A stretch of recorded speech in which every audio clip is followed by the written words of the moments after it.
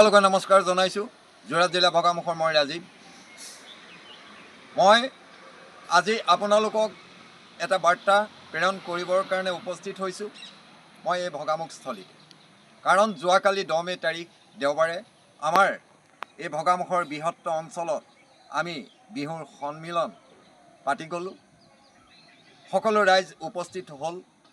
কি পালে, কি খালে, কি দিলোঁ, আমি ব্যস্ততাৰ মাজত আপোনালোকক হয়তো শুশ্ৰূষা যিধৰণে কৰিব লাগিছিলে আমি কৰিব পৰা নাছিলোঁ।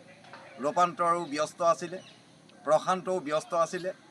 আমি সকলো কমিটিৰ ব্যস্ততাৰ মাজত আপোনালোকক মাত এষাৰ হ'লেও জনাইছিলোঁ। আমি সেই মাতষাৰ দিহে আপোনালোকক মৰম দিছিলোঁ, আন্তৰিকতা দিছিলোঁ, কিন্তু যিখিনি আমি শুশ্ৰূষা কৰিব লাগিছিলে সেইখিনি আমি পৰা নাছিলোঁ। হয়তো চব গুটি এটাও আপোনালোকক খন্তেকতে দিছিলোঁ। আপোনালোকে কোনো ইয়াৰ এই সন্মিলনৰ ক্ষেত্ৰত আহি কোনো দুখ কুটি নধৰিব। আপোনালোকক এই বাৰ্তা প্ৰেৰণ কৰিছোঁ। আপোনালোকে কিবা যদি দায় দোষ অপৰাধো হৈছে আমাৰ ক্ষমা প্ৰাৰ্থনা সকলোৱে কৰি ল'ব। ইয়াকে কৈ মই ধন্যবাদ জনাইছোঁ। মই প্ৰশান্ত ৰাজখোৱাক দুষাৰ ক'বৰ কাৰণে অনুৰোধ জনাইছোঁ। হয়, নমস্কাৰ। 2026 10 মে'ৰ যোৱাকালি দেওবাৰে যি আমাৰ শনিবৰীয়া বজাৰ প্ৰাংগণত বিহু ৰঙালী বিহু আয়োজন কৰিছিলোঁ, আপোনালোক আহি আমাক যিভাগে সহায় সহযোগ কৰিলে আপোনালোকলৈ অশেষ ধন্যবাদ জ্ঞাপন কৰিছোঁ। আৰু আমি কমিটিৰ তৰফৰ পৰা আপোনালোকক যিভাগে সা শুশ্ৰূষা কৰিব লাগিছিল তেনেকৈ হয়তো পৰা নাছিলোঁ।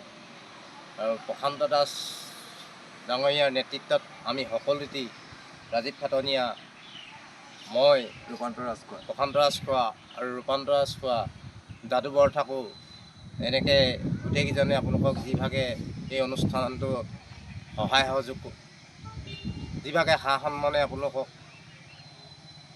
কৰিব লাগিছিল, সহায় সহযোগ কৰিব লাগিছিল, সেইভাগে হয়তো সা শুশ্ৰূষা কৰিব নোৱাৰিবও পাৰোঁ। তাৰ বাবে আপোনালোকে যদি নিজে দুখখিনি আমাৰ এই কমিটিক ক্ষমা আমি বিচাৰিছোঁ। যিভাগে শুশ্ৰূষা কৰিব লাগিছিল তেনেকৈ নোৱাৰিবও পাৰিম। আৰু বিশেষ কি ক'ম, আপোনালোক অহাৰ বাবে আমাৰ বহুত উৎসাহ বাঢ়িল আৰু আগন্তুক এনেকুৱা প্ৰতিযোগিতাবোৰ পাতি যাবলৈ আমি সক্ষম হ'ম। সাহস দিলে সেইটোৱে ৰাইজে। আৰুনো কি ক'ম, ইয়াকে কৈ মোৰ দুআষাৰ ইমানতে সামৰণি মাৰিছোঁ। কিবা যদি কওঁতে ভুল ভ্ৰান্তি হৈছে আপোনালোকে আঙুলিয়াই দিলে নথৈ সুখী হ'ম বুলি আশা ৰাখিছোঁ। ধন্যবাদ। কিন্তু এটা কথা মই স্বীকাৰ কৰি ক'ব লাগিব, আমাৰ এই উদযাপন কমিটিৰ হয় জ্যোতিপ্ৰসাদ বৰঠাকুৰক মই অশেষ ধন্যবাদ দিবলগীয়া আছে।